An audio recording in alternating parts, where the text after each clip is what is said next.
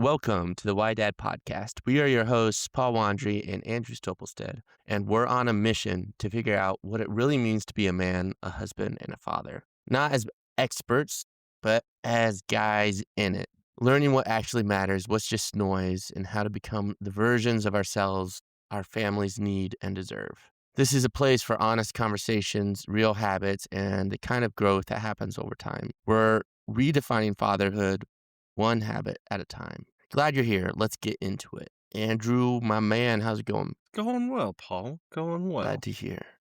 Glad to hear. How are you? I'm doing well. Doing well as well. Words, brain, not working. Anyway, today we're going to talk. I just have a simple question and we'll just see where it takes us. But Andrew, you and I were reading Wild at Heart by John Eldridge simultaneously. And, Yes. we're a few chapters in, but he's already, I don't know if you've gotten to that point yet, but he's already dropped the, be dangerous, men should be dangerous, yada, yada, several I think I times just finished already. that chapter 3, so. Yeah. And then he's going to be saying it even more in like 4 and 5. And, I think that verbiage has been repopularized recently, by Jordan Peterson and every other influencer or content creator, like man-focused out there, it seems. And I'm not saying I'm against it, but I'm wondering, how much truth is there to it? Should it be taken literally or should it be taken a little bit more metaphorically? Is it a positive question or phrase to be thrown out there or can it be misconstrued? So anyway, those are the thoughts that are going through my head. And I figured we could just take this episode to explore that, share our perspectives, see, and kind of like poke both sides of it. So where John Eldridge is coming from is that, and this I don't disagree with, but is that men have been emasculated essentially, where, we're just taught to be nice guys, yeses and pleases, show up to work on time, do our work, go home, take care of the family, and that's it. And, he argues that men have an innate sense for adventure and to protect and to fight for something. And then he argues that because of that, like men should really lean into that and just be dangerous, don't be some schmuck who all you can do is, the bills and chores around the house and that's it.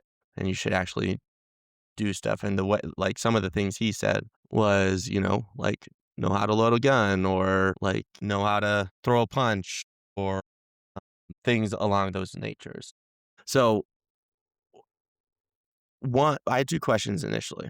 Do you have a different, or did I sum up what we've read so far from what you've read so far well, or what other takeaways did you have as regards to masculinity? And two, do you agree with what John is saying about men needing to be dangerous or no? Yes to the both. And I know I kind of just threw out a couple of examples that he shared about what it means to be dangerous, but what does it mean to you to be dangerous? I take some of what he said as part of the meaning. He comes at things from a very biblical perspective, which makes sense given his, faith-based and the particular Protestant leaning that he is. Like, you can also approach it from like an evolutionary aspect, a more philosophical approach rather than like his theological approach, but that there is, and he's to explain our nature of why we have that within us because first man needed to survive, Mm-hmm. and then there was the protect the family, protect the tribe aspect as well. It's always been a part of who we are as men, right? And obviously, as society has advanced, technology has advanced, like, do I necessarily need to know how to throw a spear? No. But I need to know how to effectively, and I'm trying to think of a better word than lethally, protect what is mine. And then Mm-hmm. you go on to the adventures he draws a great parallel to why so many men are obsessed with sports, and that's part of that adventurous drive. I mean, you see thousands of memes every day of like, bro, we need another side quest. And it's just like clips of dudes just doing crazy, maybe borderline reckless things, or just like out for like a road trip on motorcycles or something like that. There's just an aspect to adventure that implies a sense of danger. He also talks about his hiking in the woods in Alaska and bear country with one of his friends. All they had was a whistle. And at the Mhm. trailhead, like these dudes had, guns, knives, bear mace. Because not because they wanted to go out to commit harm, but because they knew the dangers that were ahead. And so thus prepared themselves by being as dangerous as they could be. And so if you really want to take on the dangers that face you as a man, you in turn, this is my perspective, have to have some type of dangerousness within you. Yeah, I like that. It's not being dangerous for the sake of being dangerous, but Right. to take on that which you're going to face. Because you're not And I gonna agree. like if you don't have like our life is a lot of choices, and some of them are risks. If we choose to live our life risk free, is that really, are we living up to our full potential? Like, if you are willing to take on risks, sure, a lot of them are going to be calculated risks, but yet still, they're a risk. You're willing to live dangerously, as people say, is summing up like taking a risk. Like, you have to get out of yourself and face that, and you have to be dangerous in order to do that. Yeah, just writing down what you're saying because I like it. Yeah, nothing ventured, nothing gained sort of deal. Yeah. And becoming more and more timid in more ways than one. And it's so much easier to do so because you're just caught in the day to day. Like everything is so busy, you don't even have time to stop and think and to do something worthwhile. It's just like activities, work, and then endless scrolling and binging TV shows and then just like keeping up with the Joneses and trying to keep up with all the things Right. as opposed to focusing on what matters. And so when you're trying to stay afloat amongst the onslaught of everything that today's world has to offer, then it's so easy to just get caught up in that, which doesn't really have anything to do with, whether or not one should be dangerous, except for if we allow ourselves, we'll get to this, but I think, quote unquote, being dangerous is just marketing. And I agree with the underlying tones of it. I don't agree with the phrase itself, and we'll get into that. But to land this point, for one to be dangerous, he has to be intentional about it. He has to train himself. He has to gather the proper tools. He has to set himself up to be dangerous because he's not going to be on his own accord. And less so if you're just doing whatever the world tells you to do. I do agree that, going back to prehistoric times, men were the one who went and hunted. Men were the one who protected the village from wild animals, from other um, other groups of people. Hmm. And, you know, it's been like we are operating on, I think the consensus is like 50,000-year-old software or with our brains. Like our brains haven't developed significantly in that time, but the world itself and our inputs that we're taking really has, just look versus compared to 20 years ago, 50 years ago, like the world is night and day. And the number of things that we're trying to do and keep up with and compute, Hmm. like we're trying to do that with a 50,000-year-old piece of hardware. So if that's the case, then if we were born to protect and hunt, venture out into the unknown, then that's if our brain hasn't changed very much in the past 50,000 years, then I think it stands to reason that the rest of us and our entities as men hasn't changed either. Is there a hole in that logic? As a philosopher, to me, it's like equating our human nature to our just the way that came across.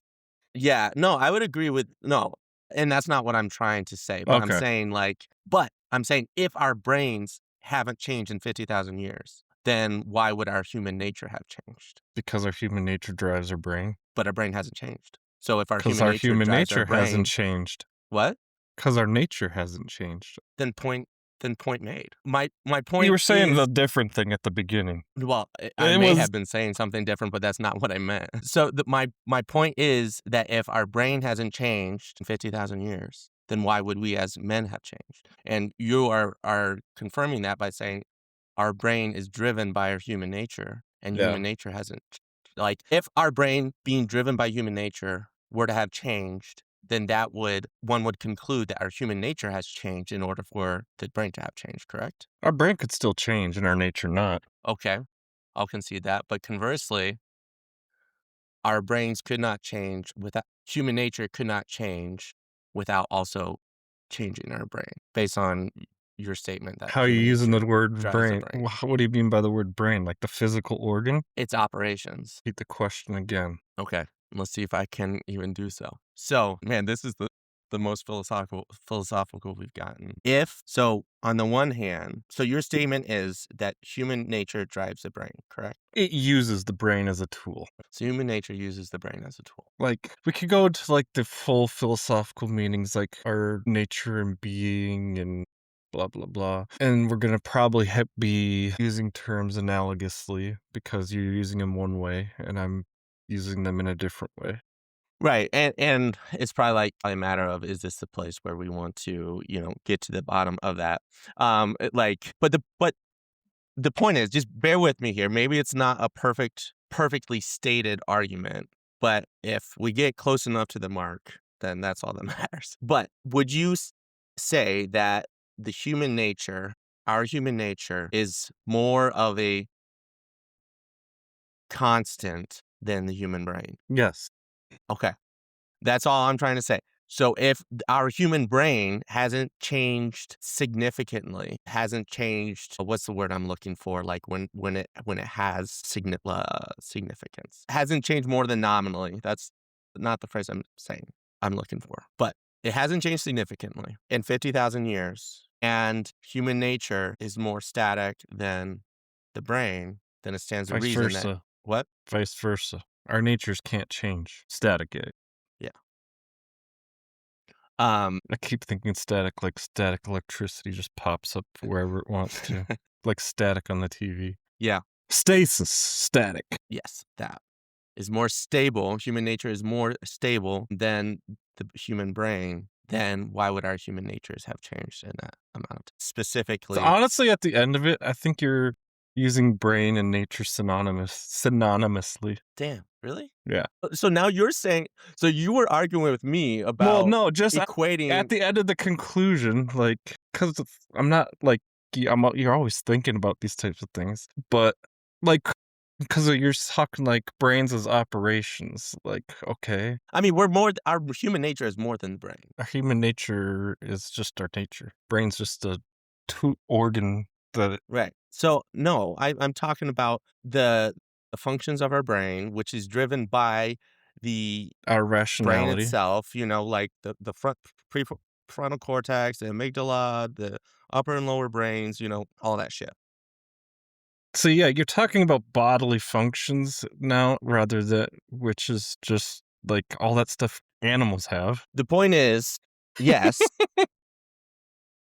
and the point is that I don't think I'm that's on all that like matters for this discussion I don't know about because that. no, for the point I'm trying to make. Well, if I can't I'm the one trying understand to the make the point. argument, I So don't the point's not what? gonna follow. No, listen, listen. Even insofar as the number of inputs that we receive on a daily basis, or even like within an hour on any given day, is way more than we used to get as a as a human species, like even just centuries ago, correct? Could be. It is. That's a reasonable assumption. I mean, come on. You, who had a smartphone, 2,000 years ago, 5,000 years ago? But it's all Nobody. come through the same 5 senses. But that's the thing is you would only have a certain amount of input that is coming at you, but now it's 10,000 fold. Listeners, I like doing this to Paul a lot. He's used to it. Right, but is it furthering us to the truth? Is it getting us closer to the truth? That's the question. Is what? What I do to you? Bro, this is not a time to just play one of your games. This is a No, I'm time not. the point I made is super simple. We receive, okay, let's just keep it simple. X more stimuli today than we did thousands of years ago. It's probably reasonable to assume that it's more than 10x. And our brains, while the number of stimuli have increased, our brains have not changed to keep up with that increased stimuli. So we don't know how to, we don't have our computing power has not increased to deal with that.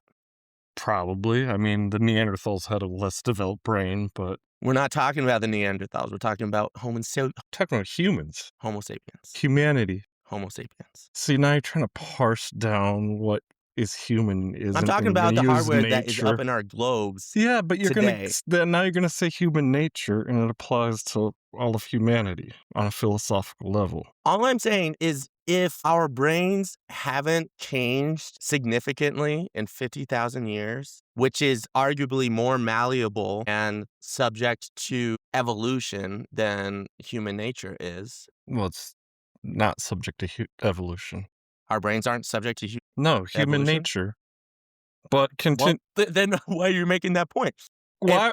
if But here's why you're it has losing me is because you're trying to compare human functions to a nature and something a being to a non-being. Right, but if human nature, so what did you just argue? You just argued that human nature, what was the point you just made about human nature? It's non-being. It's No, before that. it's It's not universal to subject to humanity, evolution. It's right? not subject Because to evolution. it is what it is, and it won't be anything else. Anyway, the point is we agree that our human nature has not changed in that amount of time. Our human nature as men, Hmm. our drive as men, what our impetus is as men. It's not worth arguing the semantics of that. I still think that I think you're trying to do neurophilosophy. who's Nero? Just kidding. Okay, whatever. But the point is that we just spent 20 minutes to say that we have not changed as men. Yes, I don't know why we went Jesus. down the brain route. What? But the reason I don't like neurophilosophy is it tries, and I don't know if this was, I know it wasn't your intention, but when people try to say the human nature and brain and all of that stuff, it just goes down a terrible. I'm not equating them, though. You're the one who was trying to equate them. The way you started it out was like a philosophical thing, which was getting me all being, non-being. So, anywho. Yeah. I really want to keep arguing with you about that. That's not what we're here to talk about. Anyway, hopefully. So we started out talking about should men be dangerous, and we ended up talking about whether or not we can use the human brain and human nature in the same logical statement. Okay, let's get back to danger. So here's what I think. I think that's just a marketing thing because people are like, ooh, yeah, let's be dangerous. It feeds into even though John Eldridge will say it's not about being macho, it's still kind of about being macho, And here's my thing with it is I think you can be powerful without being dangerous. Danger implies that there is risk to you Why is that a bad based thing? off of what's that? Why is that a bad thing? Well, okay, so not risk in the most general sense, but what is danger? So because you wouldn't say that, you know, taking the risk to, take a loan to build a business is dangerous. It's a risk. It's a calculated risk. That's the thing. It could be dangerous. If it could cause you harm, it could be dangerous. Okay, then everybody's dangerous. Women can cause you harm. So then what's the point of saying men should be dangerous if everybody is dangerous? Because you started it off at the beginning that especially and I hope we have a talk about this with like another guy, but it's more ingrained in our human nature as men because of you can go through our societal roles and through evolution. But to me, like if everyone is dangerous, you walk down the street, you don't know what the methed up white guy next to you is gonna do. Right, but and that's the difference, is you could be And he doesn't dangerous. know what I'm gonna do to him. Like Right, I could be just as dangerous to him. danger doesn't have direction. Anything could be dangerous. Yeah. But I think Fire could be going dangerous. back to Like you said, the the messed up white guy could be dangerous. point you said at the A beginning train was could be where like dangerous. we're all gonna we all have to be like nice guys. Like I think with the demasculinization of men in today's society, like we need that reminder that we are dangerous. We So why can't you so just we use the should be word dangerous powerful? because my car is powerful. My dog is powerful because he can See, it's a run. marketing thing. You don't like the sound of it. Yeah, No, but it's a to me, it's not a marketing thing. It's one, an integral part of humanity, and two, more so towards men. so wait. Like, So here the you just whole said thing with like my car's society is we're trying to, like, demasculinize men, and there's plenty of studies over the last 40 years that make that would corroborate that. right.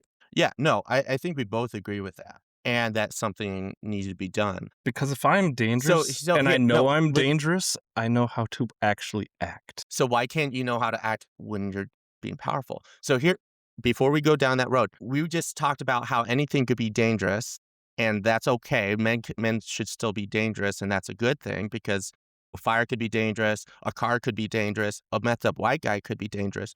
But then I as love that soon you as use that again. man, it's a great example. But then as soon as we started using the word powerful, same things. A car could be powerful, fire could be powerful. But not A messed up everything white guy is actually powerful. probably couldn't be powerful.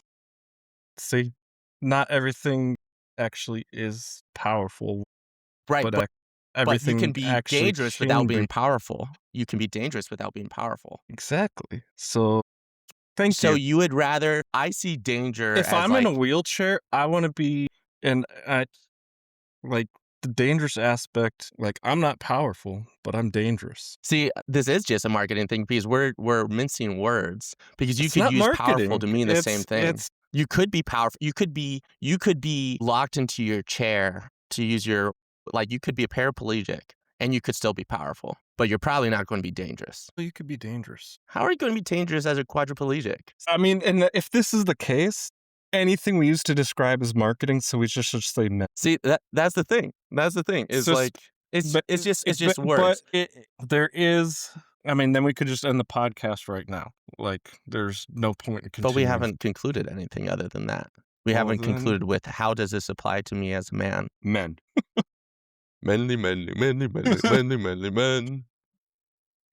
Okay. Because sometimes here's another take. To be powerful, do you have to be conscious of your power for you to actually say I'm powerful? Like, again, what you have like a nerd, a scrawny white kid like I used to be with there was no power there. Does there need to be?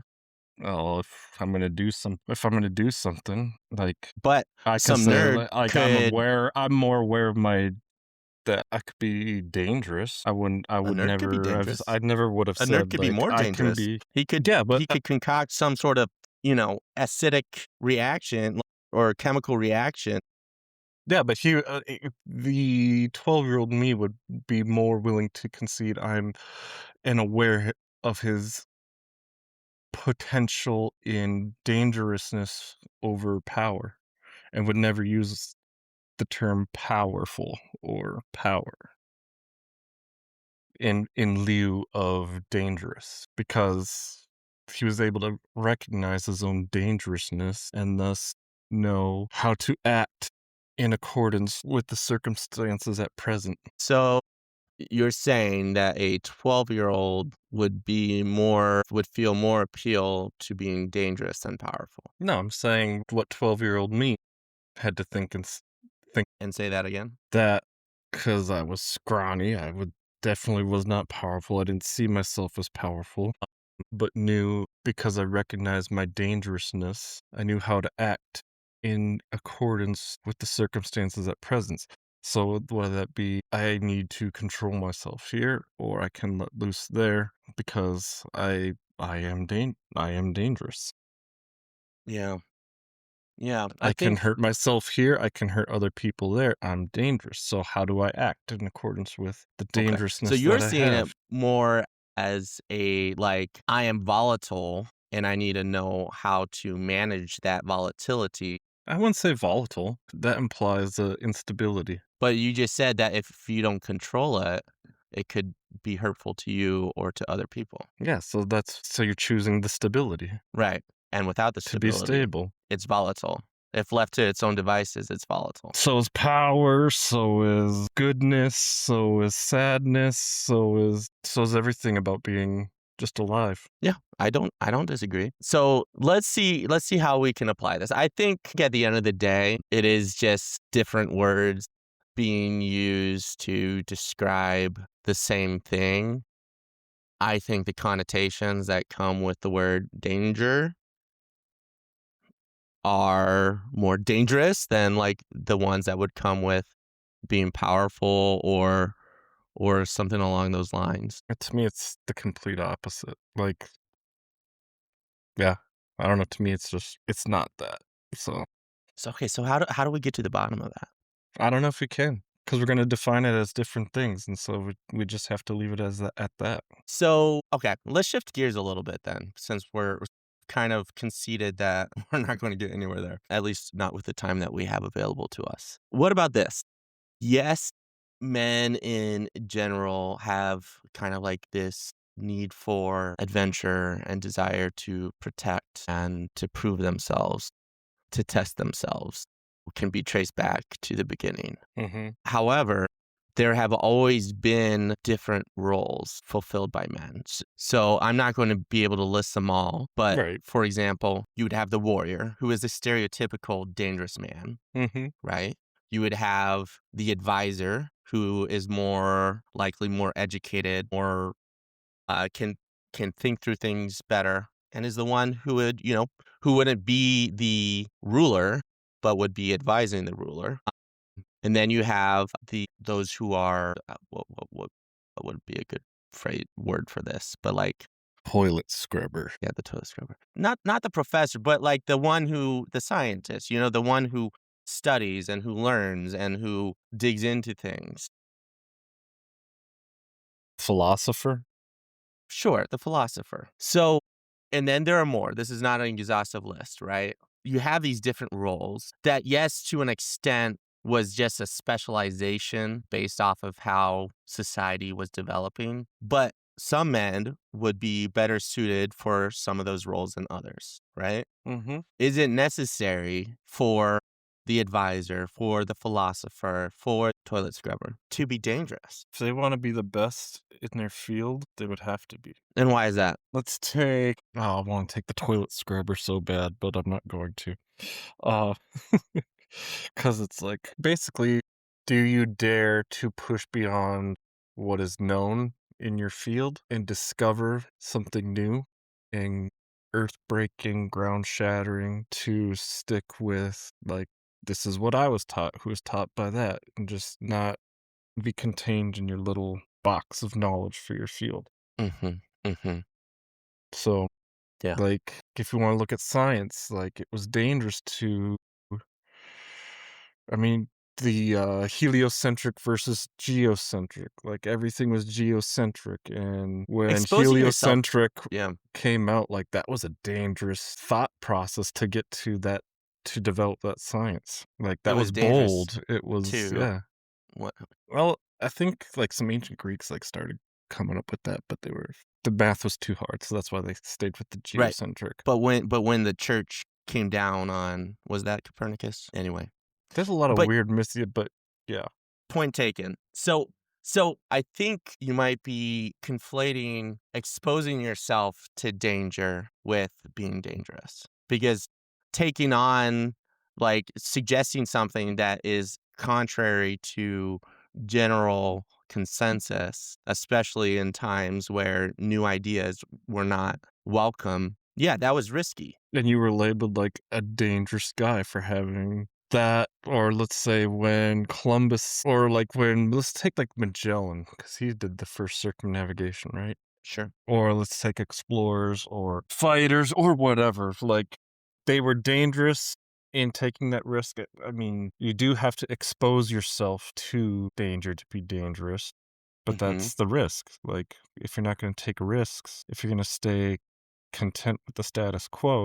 Yeah. But I don't think somebody like that is like, "I'm doing this to be dangerous." It's just they were answering a bigger call, and they weren't Kato, come here. letting themselves succumb to the pressures of society. Would they So do if that's that what if it they means to be were dangerous, dangerous? was that? Yeah. If that's what it means to be dangerous, then sure. Take on any risk is to be dangerous. That's fair. So basically, as men, we have to be one, okay to take risks. Like we have to, put ourselves out there. And, maybe was getting too caught up in the like, okay, to be dangerous means to be like spinning around in a circle in a crowd Mhm. with an open knife, like that's dangerous. But not the type of, and that's why I took umbrage with that term. But if we're using it to apply to that of like be able to take risks, be able to stand up for yourself and protect those that matter to you. Mhm. And to know that you can, I think that's kind of John's point is like to know that you are capable of these things then gives you a certain amount of confidence. It gives you a certain ability to take on that risk because you're used to doing it. Mhm. Mhm. I think to add to that, like it's really important to draw the distinction between dangerous and reckless because I can Mhm. go jump in front of a truck for fun. Well, it's a dangerous thing to do. It's reckless behavior. It's not dangerous behavior in that sense. Right. And that's where it's dangerous to use that term dangerous because it can be used synonymously with reckless or Mhm. stupid or the like. But if we are, in it, See, and this that's the thing is, that's why I do think it's dangerous to use that word because I think men out there, especially young impressionable boys, will hear the word be dangerous and it's like, okay, yeah, I'm going to, I got it. Like I'd be able to like walk into a bar and pick a fight or I got to be able to, if anybody disrespects me and I can't, and I I let them get away with that, then I'm not dangerous. So are taking it to the extreme. And that's why I think it's if used without proper explanation, Mhm. Lay down. it could have some ramifications that were not intended. Sure. Yeah. And at the end of the day, you to be quote unquote dangerous is to have to recognize that you have a certain capacity and to foster that capacity to take on take on risk, to do bold things, not reckless Mhm. things, bold Mhm. things, and to stand for what is right, to recognize that capacity and to use it wisely. And thus our trailheads have met at a summit. What do you mean by that? Oh, that from where we started, we've had both had different optics, and now we're back onto a summit of agreement. I thought you said unless. I said, and that Yeah, that makes more sense. Yes. It's funny because I just read a book called Super Communicators and then like I had in the past read a book about like crucial conversations and the things that keep coming up is like, okay, to have discussions like this, like you have to mhm. listen and understand what the other person is truly saying and ask questions. And I didn't do any of those things. But also, where's the fun in that? It's just called the Socratic method. But you're not wrong. Where is the fun in that? Like how I mean, this is another podcast episode. We probably should do something like that because Like apply the Socratic no, the crucial conversations, the super communicators. Because Yeah. how often do we, I mean, you were asking me questions. Don't sell yourself short, Paul. You were, but like outside of like our conversations with you and me, because like, we do kinda just poke questions where and get to the we got to, like, where we were defining it differently, and I was like, "Okay." Yeah. But, like, how often outside ooh, maybe this is something dangerous. Venture into, like, learning how to be a super communicator or crucial conversations. Because I think that would solve half the world's problems Yeah. Well, if you that's listen and you ask the questions. agreed. Agreed. And actually, that's going to be have to be a new skill, specifically online communication, because social media isn't going anywhere anytime No, soon, he right? no. So, but it's one thing to have conversations like this in person with Mhm. somebody that we're comfortable with, and it's another thing to like have those online, and you have to, and that's just something that we haven't fully learned and haven't started teaching our kids.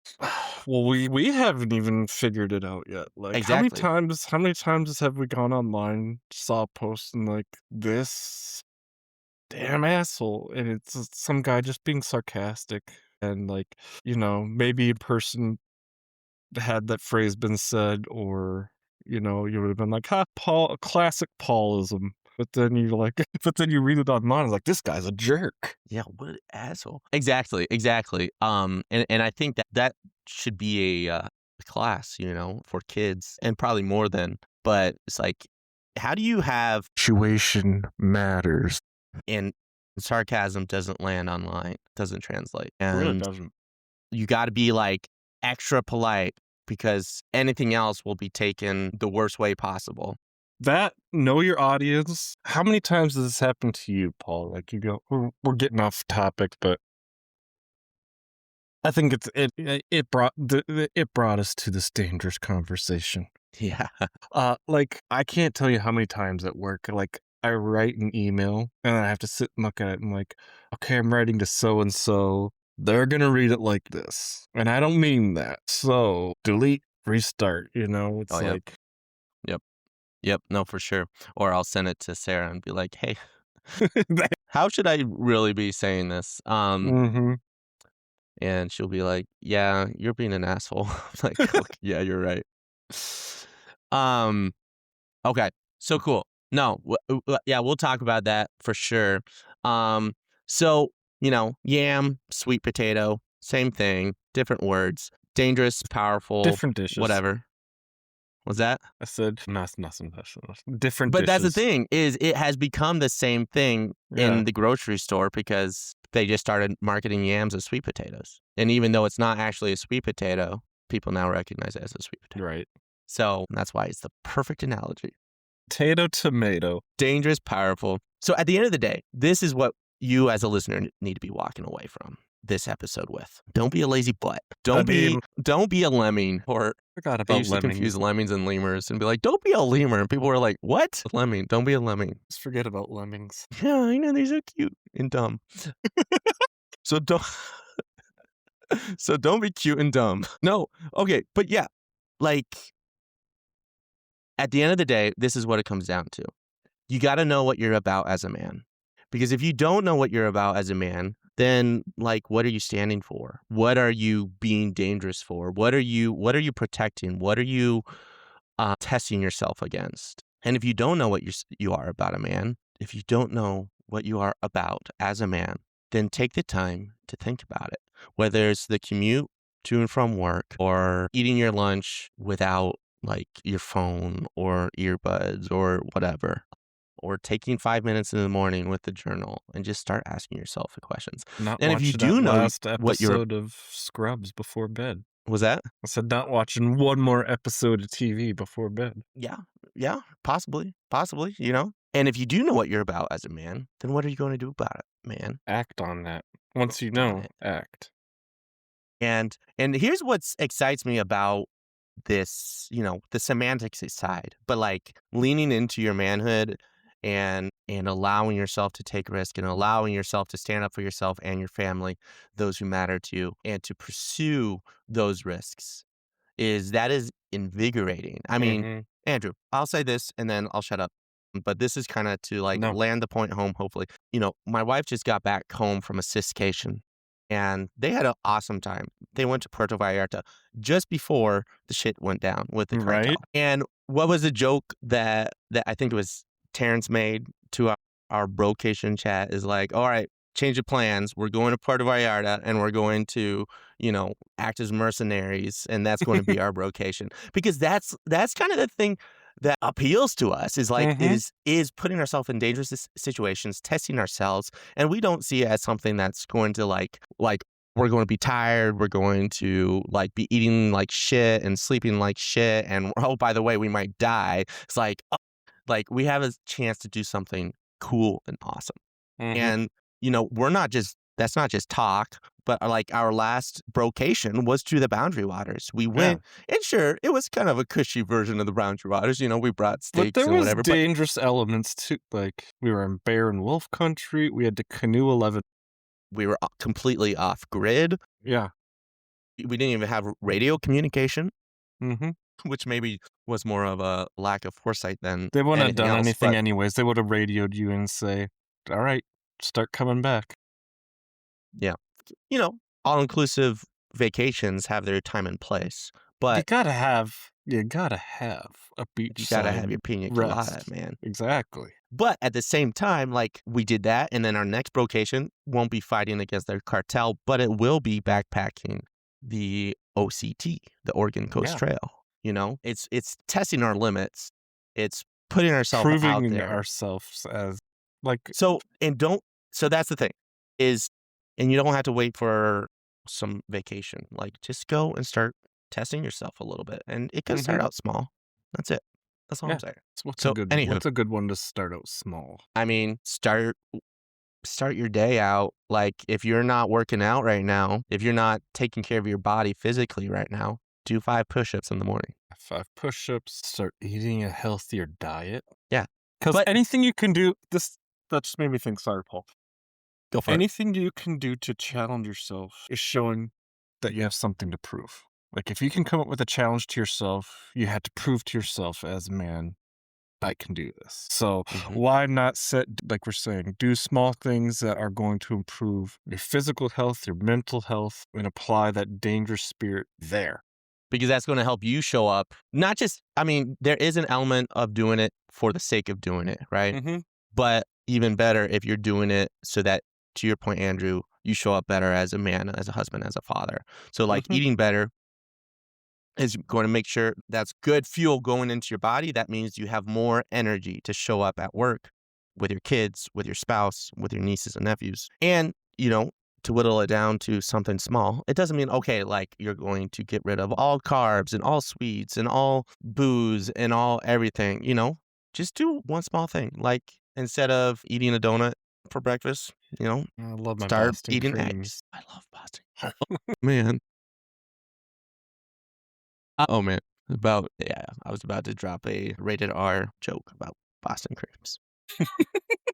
But I don't know, if you have a soda at lunch every day at lunch, switch it to seltzer. You don't have to do a sparkling water. You don't have to do a complete revamp. Just do one small thing. And I then want it'll that build and build vodka and seltzer at lunch. build. Nice. Well, when you switched it from seltzer to sparkling water, I was like, "Mm." Yeah. But the Yeah, point is but once I you absolutely. Okay. Okay. I think we kicked that dead horse enough. All right, It's coming man. back alive. Die, die, die, die. Okay, well, thanks everybody. What an episode. We spent 20 minutes arguing whether or not we could compare human nature and the brain, and then we spent another 20 or 40 minutes total arguing whether our different definitions of danger, which was most acceptable, and then we ended up talking about communication online. So we're all over the place, but Hey, you skipped the part where we both got the top of the mountain of dangerousness. all right, guys. Hey, dads want to be dads. Thanks for listening. Thanks for tuning in. Go out there, test yourself, Kick some butt. be a better man. Anything else, Andrew? Nah, I'm good. All right. Till next time. Love you guys. Bye. Thank you, Paul. Thank you, Paul. Peace.